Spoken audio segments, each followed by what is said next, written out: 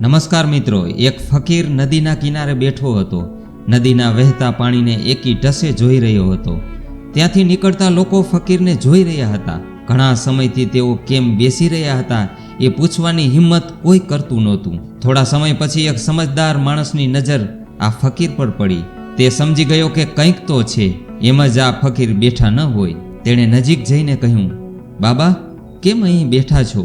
ફકીરે જવાબ આપ્યો, હું એ રાહ જોઈ રહ્યો છું કે આ નદીનું બધું જ પાણી જો વહી જાય તો પછી સામે કાંઠે હું આસાનીથી જઈ શકું. પેલો માણસ હસીને બોલ્યો, કેવી વાત કરી રહ્યા છો બાબા? નદીનું બધું જ પાણી વહી જાય તેની વાટ જોવામાં તો તમે નદીના સામે કાંઠે ક્યારેય પહોંચી નહીં શકો. ફકીરે કહ્યું, બસ આ જ વાત ઘણા સમયથી તમને લોકોને સમજાવી રહ્યો છું કે તમે કાયમ બધા એવું કહેતા રહો છો કે એક વખત છોકરાઓ મોટા થઈ જાય, પછી તેમને સારી જગ્યાએ કામ મળે, પછી તેમના વિવાહ થઈ જાય, પછી તેમના બાળકો થાય, આમ તમામ ઘરની જવાબદારી પૂરી થઈ જાય પછી આરામથી મોજ કરીશું, સારી સારી જગ્યાએ હરીશું ફરીશું, છૂટી ગયેલા જૂના મિત્રોને મળીશું, લોકસેવાના કામો કરીશું અને પછી આનંદથી જિંદગીને માણીશું. પણ ધ્યાનથી સાંભળ, જેમ આ નદીનું પાણી ક્યારેય ખતમ નહીં થાય તેમ કામ અને જવાબદારી ક્યારેય ખતમ નહીં થાય. જિંદગી પૂરી થઈ જશે પણ જવાબદારી અને કામ પૂરા નહીં થાય. જેમ સામા કાંઠે જવા માટે આ પાણી ઉપરથી જવું પડશે, તેમ જિંદગીમાં પણ કામ અને જવાબદારીને સાથે લઈને તમારે તમારા માટે આનંદથી જીવવું પડશે. આ નાનકડી કહાની કેટલી મોટી શીખ આપી જાય છે.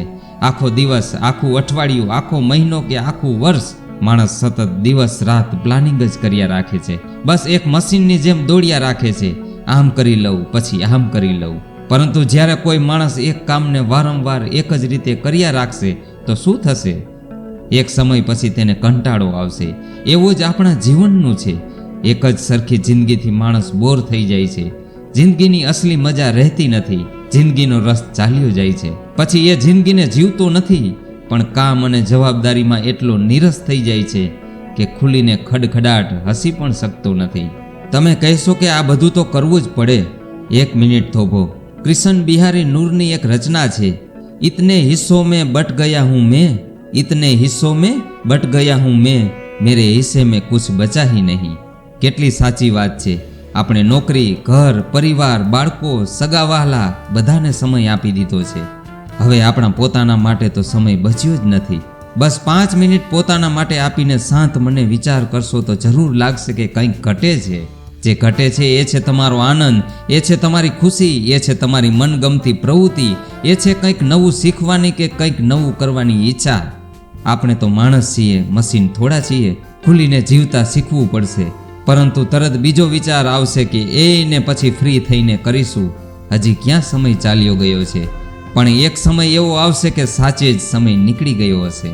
શાણપણ તો એમાં છે કે બધી જ પરિસ્થિતિ, જવાબદારી કે ગમે તેવા કામની વચ્ચે પણ તમે તમારા માટે થોડોક સમય ફાળવીને તમને ગમતું કરી લો. એ જે પણ પ્રવૃત્તિ હોય પણ થોડોક સમય આપો, જે તમને એક નવી ઉર્જા આપશે, નીરસ જિંદગીને મીઠાશમાં ફેરવી દેશે. આજને સુખેથી માણી લેવી એ જ આપણા હાથમાં છે.